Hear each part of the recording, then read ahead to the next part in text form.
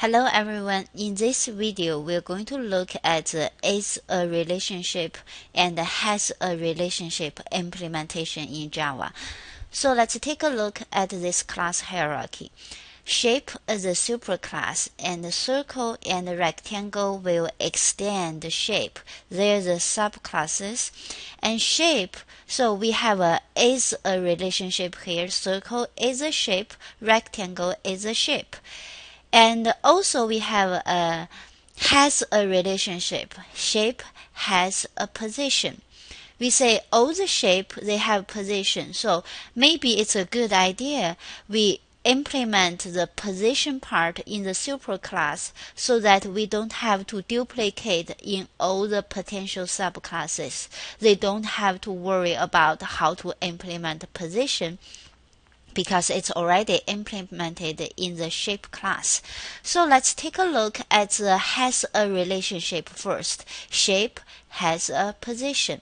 So position class, it's a very simple class. We only model the XY coordinate here. We use two integers to model XY coordinate, and the default constructor just initialize both to 0, and this constructor will initialize the XY coordinate as a passed in value and the get method and the set method, and the toString method just shows the string representation, just give back the string representation of the x coordinate and the y coordinate. So that's our position class that focus on how to model the position. Now let's take a look at the shape class, the first relationship that has a relationship. So the shape class has a private data member, which is a position object. So every shape has a position object. You can imagine as a real shape class, it has position, it has many other attributes as well. But here we only have one attribute, that's a position object. Alright, so in the shape constructor, we need to initialize this attribute. So this is how we did that. We say we create a new position object using the default constructor. And with this shape constructor, if they give you the initial position there, you can initialize your position object using the passed in value. You see here, the idea is to create the position object in the constructor and pass on whatever the x coordinate and the y coordinate the client gives you. Now let's see the get function, the get method, get x and get y. We simply ask position, say, could you give me back your x coordinate? Could you give me back your y coordinate? Because this shape has a position object, it's going to rely on that object to access its own attributes or modify its attributes. So similar case to the set function, and also for the toString method. Since in this shape object we only have one attribute, that's position, so we just ask position, say what's your string representation. You see, this has a relationship. So we delegate all the attributes manipulation thing, like the x, y coordinate attributes, to the position object to do that. So that has a relationship and how we implement it. So we simply create the object, then delegate the task to that object to do the real job. Alright, so that's the first relationship.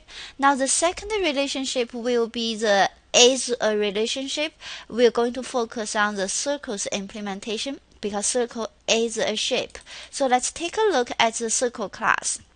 This is how you establish the relationship. You say circle extends shape. That means I'm a subclass of shape class. So this extends means all of a sudden you got everything shape has. So what does shape have? Shape has a position object. Then circle has a position object as well. So this inheritance means you get everything from your parent's class. Okay, but one thing, be careful.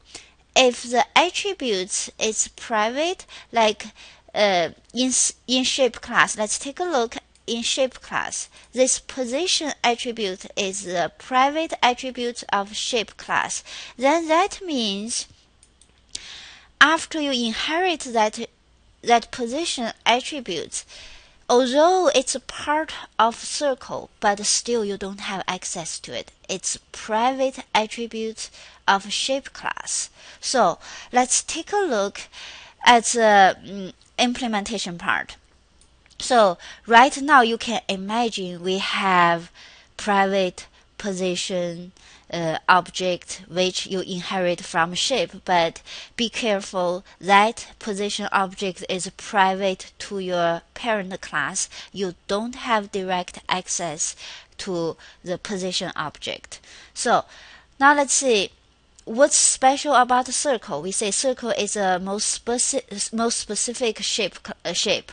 So we add a radius attribute. So that's what's special about the circle. So we don't worry about the position anymore because we already inherit that part. We only focus on this new addition of circle attributes, which is radius. Alright, so we have get radius and set radius, which is trivial. Now let's focus on the constructor. The constructor, the first line of the constructor says super parenthesis.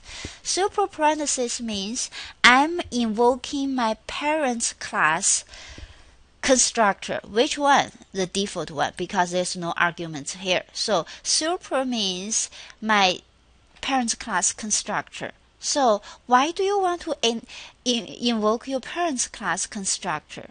Because we want to initialize the inherited part. In our case, that's a position object.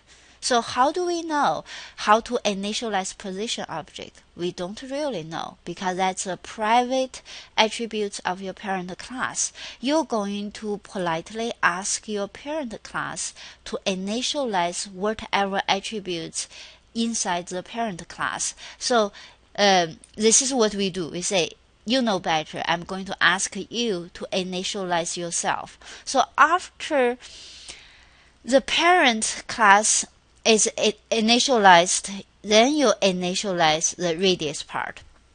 Okay, so if we don't have this line, the compiler will insert this line for you. So the compiler will say, all right, your subclass, I have to insert this line so that I can make sure your parent class get invoked. So let's follow the invocation here. So we invoke super. That's the first line. So that takes us here. Position equal to new position. Actually, that's not the whole story. The first line is always super parenthesis, even if we don't have it here. So you can imagine we have a super parenthesis invoking the parent class default constructor, which is the object's default constructor. So the first line here will be initialize the parent class, which is the object class. After that one is done, you create the position object. After this one is done, you come back to the second line of circles constructor. So and initialize the radius attribute. So you can visualize this way. So when the constructor of a subclass get invoked, it first invoke its parent class, and its parent class will invoke its parent class. So you go all the way up the class hierarchy and initialize the parent class. Then on the way back, you initialize yourself. So you go all the way up, then go all the way down. So you initialize yourself as the last thing. So only after all your ancestors are initialized. Alright, so that's the implementation of this circle constructor. You initialize your parent class first. And now let's take a look at the second one. For this one, circle got the x coordinate, the y coordinate, and the radius. So you're going to pass on this x, y coordinate to your superclass constructor. Then you initialize yourself. And another kind of possible implementation for this default constructor could look like this.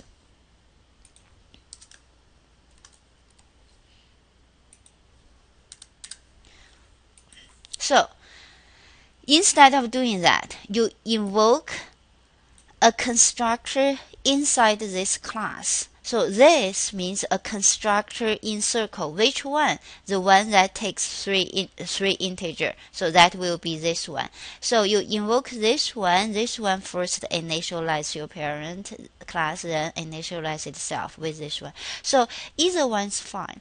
But here's a rule for the compiler. The compiler will insist the first line of the constructor is either this to invoke one of your own constructor or super. So if you don't have either one of this, it's going to, like for example, if you don't have this one, and all you have is radius equal to 0, it's going to insert this super parenthesis for you. So that's compiler's way to insist you're going to initialize your parent first. So usually it's a good idea to make sure the class, especially when you program for a parent class such as shape, you include a default constructor there, because if you don't do that, if we don't have this default constructor here, and this circle class, this constructor is in trouble because the compiler will insert a default one, default constructor invocation, and if we don't have that one in shape class, the child class won't compile. Alright, so that's the constructor discussion, and now let's take a look at the toString method. The toString method is going to give back a string representation of a circle object. A circle object has its own attributes and the inherited attributes, and at this moment we don't really want to know exactly what's inherited attributes. We can just ask the parent object, say, can you give me back your string representation? So you see we use super dot toString. So here super itself means my parent object, and this means my current it's myself, current object. So we see two usage of super here. Excuse me, two usage of super here. The first usage is super parenthesis. That means a constructor invocation. Another super is use super as an object. That means the parent object. So you see we override the toString method by invoking the parent toString, then add more. Okay, now let's take a look at the equals method. The equals method, we override this one. We inherit equals method, but we don't like it. We're going to override it, and we first test if it's a circle. If it's not a circle, we just return false.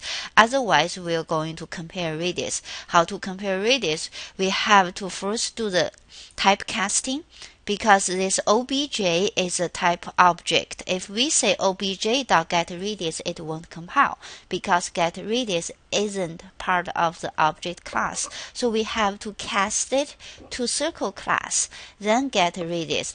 This casting is alright because we already did the runtime type checking. It is a circle, so this casting will be alright.